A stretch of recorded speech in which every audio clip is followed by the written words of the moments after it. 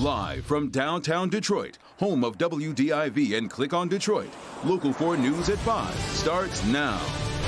The debate over masks in schools keeps getting louder, and now a court has decided the state health department could legally put a mask mandate in place. A new vaccination opportunity pops up in a place you might not expect, the parking lot of a fast food restaurant. And a police officer facing serious charges after he's arrested in the early morning hours at his home. Topping our news at 5, we told you yesterday about a Detroit police officer arrested on his first day on the force. Well, this time it's an officer with Westland Police, and he hasn't been on the job very long either. Sebastian Ayavusil was taken into custody just weeks into his tenure. Larry Spruill live with what we know and what the prosecutor is saying about it tonight. Larry. Good evening, Karen and Devin. I just heard back from Kim Worthy's office, and a spokesperson with her office tells me that officer is accused of hitting his girlfriend in the nose and strangling her this weekend. And now, tonight, the police chief here at Westland Police is reacting. Take a listen. This newly hired Westland police officer is in trouble tonight. We're talking about Officer Sebastian Ayavusil. Local 4 obtained his mugshot from his arrest over the weekend. Northfield Township Police said they arrested him around 2 in the morning on August 22nd in Northfield Township. They would not go into details of the arrest, but a spokesperson with Northfield Township Police tells me he is charged with assault with intent to do great bodily harm, less than murder, and domestic violence. Westland Police Chief tells me he is a new hired officer.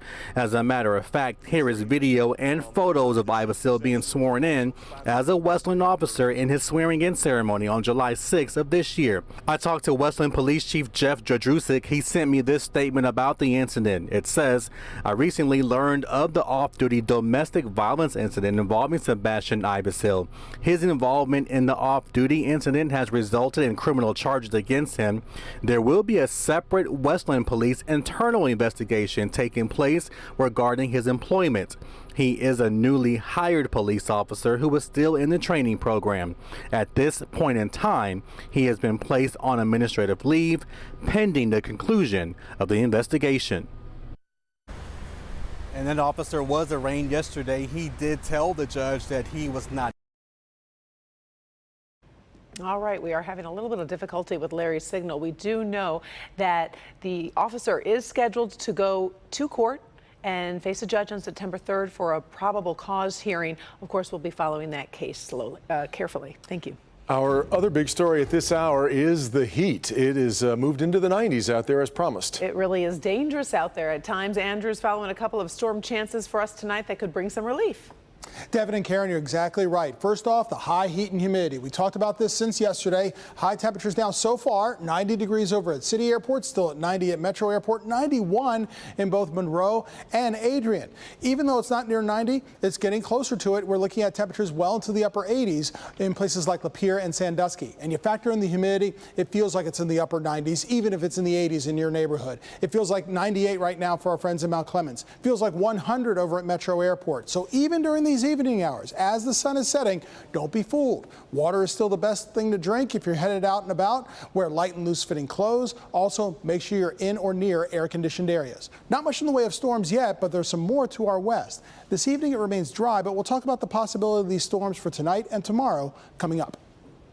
All right, Andrew, we got to get to some breaking news. We've been awaiting a briefing from President Biden on the evacuation efforts in Afghanistan. Let's go live to Washington. We had to confront an immediate economic crisis, the most significant recession we've had since the Depression, or at least since Johnson. But we weren't going to. But that wasn't going to be enough. We also had to make some long-term investments in Americans and America itself. The first thing we did was to write and pass the American Rescue Plan, and it's working. Our economy has added 4 million jobs in my first 6 months in office.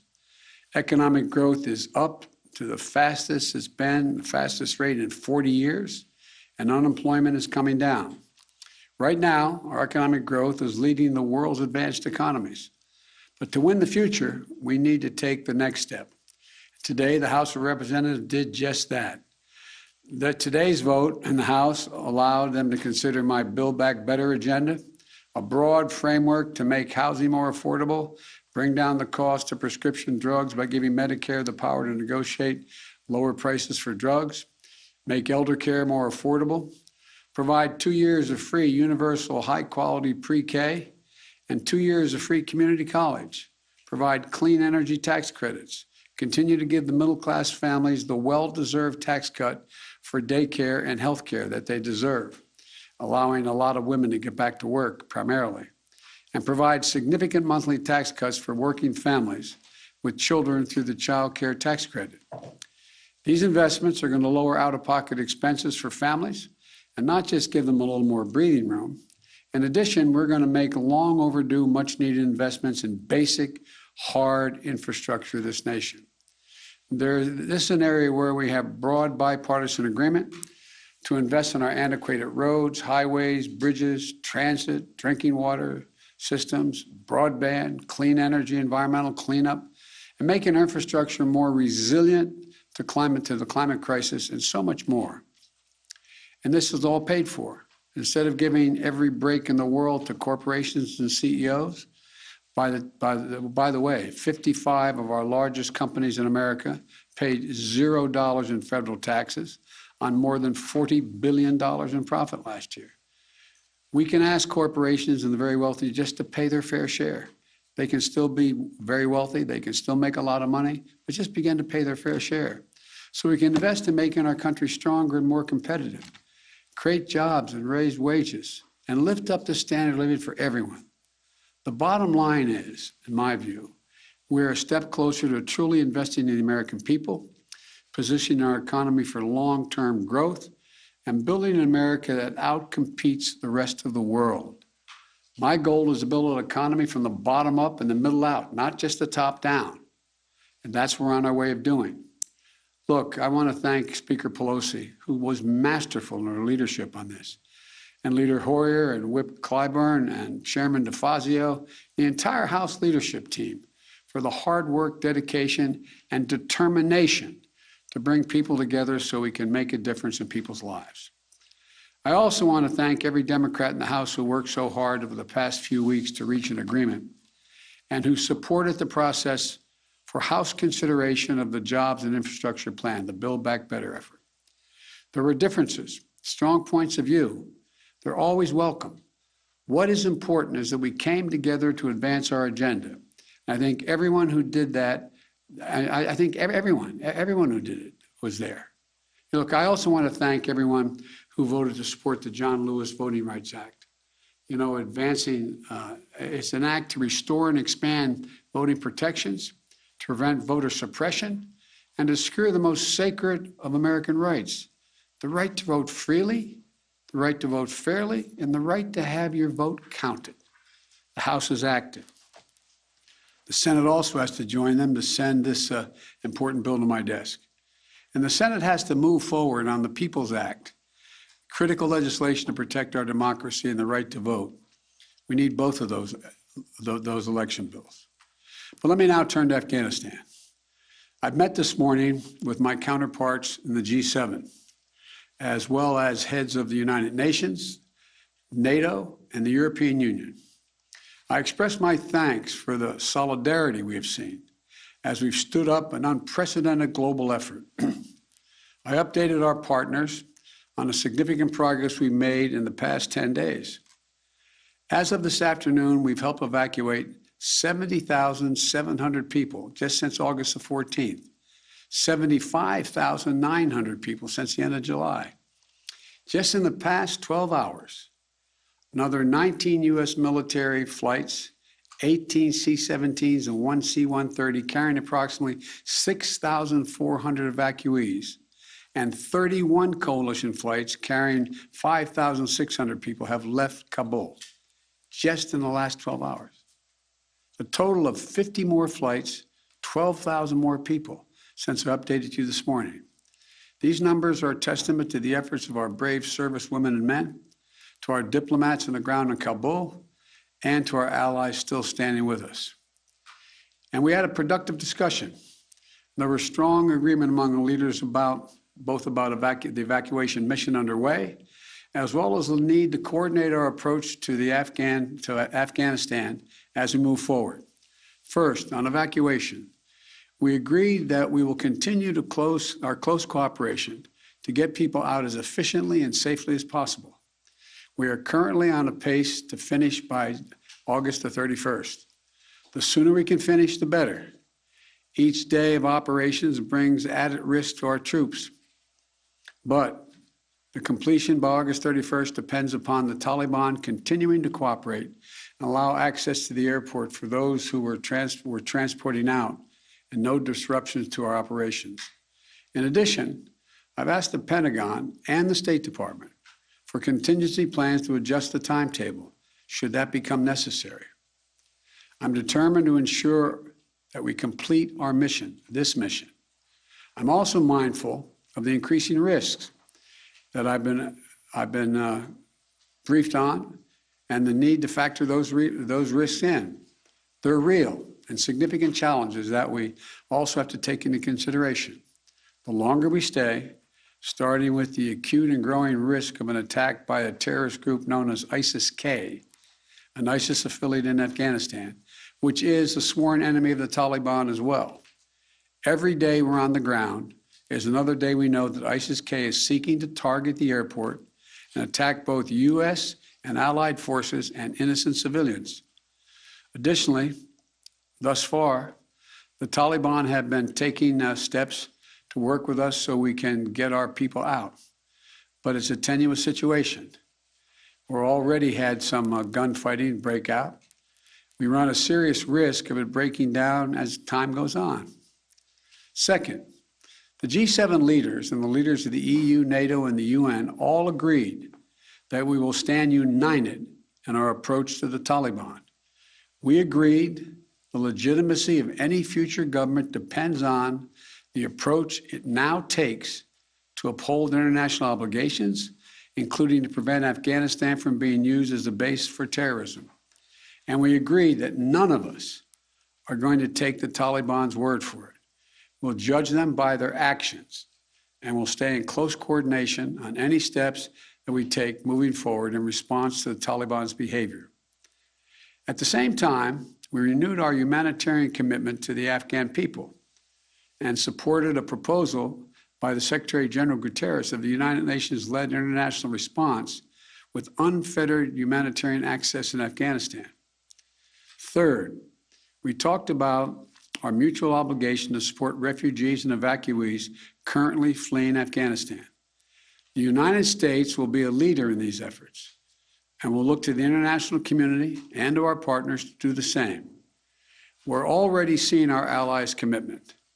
They're bringing to their countries the Afghans who served alongside their forces as translators or in their embassies, just as we're bringing to the United States those Afghans who worked alongside our forces and diplomats. We're continuing that effort. We're conducting thorough security screening in the intermediate stops they're making for anyone who is not a U.S. citizen or a lawful permanent resident of the United States. Anyone arriving in the United States will have undergone a background check. And we must all work together to resettle thousands of Afghans who ultimately qualify for refugee status. The United States will do our part, and we are already working closely with refugee organizations to rebuild a system that was purposely destroyed by my predecessor. Finally, we agreed to stay vigilant against terrorist threats that have metastasized around the world. We went to Afghanistan with our allies in 2001 for clear reasons. One, to get the people who attacked us on 9/11 and to get Osama bin Laden, and to make sure that Afghanistan was not used again as a base from which to attack the United States or our allies. We achieved that objective. We delivered justice to bin Laden more than a decade ago. But the current environment looks very different than it did in 2001, and we have to meet the challenges we face today. We run effective counterterrorism operations around the world, where we know terrorism is more of a threat than it is today in Afghanistan, without any permanent military presence on the ground. And we can and will do the same thing in Afghanistan with our over-the-horizon counterterrorism capability. Cooperation with our closest partners, on our enduring counterterrorism mission will continue to be an essential piece of our strategy. In short, we all of us agreed today that we're going to stand shoulder to shoulder with our closest partners to meet the current challenges we face in Afghanistan, just as we have for the past 20 years. We're acting in consultation and cooperation with our closest friends and fellow democracies. And I want to again thank all of our allies and partners around the world who have rallied in support of our shared mission. We ended the conversation today by a clear statement on all of our parts. We are going to stay united, locked at the hip in terms of what we have to do. We'll get that done. And tomorrow, I've asked Secretary Blinken to give you an update and a detailed report on exactly how many Americans are still in Afghanistan, how many have gone out, and what our projection is. So thank you again, and God bless you, and may God protect our diplomats and all those in harm's way. Thank you. President Biden updating us on what has been a chaotic evacuation of Americans from Afghanistan in alliance with the G7 leaders. The Taliban earlier today was demanding that the United States be finished with this evacuation by August 31st. The president saying that is his target, but basically refusing to make that a hard and fast rule. He says basically we'll get out when we've got everybody out. Continue to say they are standing united against the Taliban, and just in the past update from the morning, they have already gotten 12,000 Americans out. So they're making progress, but as we've reported, both sides are standing exactly where they say, and it's going to be interesting to see in the coming days. Such a tenuous situation at the airport, especially for a lot of the Afghans who helped the American forces over these last 2 decades. Let's move to other news. We'll continue to update that story and more coming up on NBC Nightly News at 6:30. But other news here at 5. A court rules the state health department was within its authority when requiring masks for students last year. The Sixth Circuit Court affirming a lower court's ruling to allow the mask order to stand. A Catholic elementary school in Lansing sued the state, saying the mask requirement violated rights, including free exercise of religion. The court also ruled the state health department could issue another mask mandate if it needs to. The White House COVID response team says if you've been hesitant to get vaccinated, now is the time. At a briefing today, they detailed the toll the Delta variant is taking on the unvaccinated and urged Americans to do their part to stop the pandemic. Our Dr. Frank McGeorge here now with the highlights of what we heard earlier today. Doc. Yeah, Karen and Devin. So as a nation, we are once again heading in the wrong direction. Cases are up nearly 12% over the last week, and deaths are up 23%. But with the Pfizer vaccine now fully approved by the FDA, there is new hope that more Americans will have the reassurance that they need to get vaccinated. We know that there are Americans who have been waiting for the FDA process to be completed before getting a shot. For those Americans, the wait is over. The COVID response team urging more Americans to get vaccinated and calling for more mandates to require it. As we have said from the start, we need everyone, governors, leaders of educational and healthcare institutions, employers, small and large businesses, and all Americans to do their part to defeat this virus.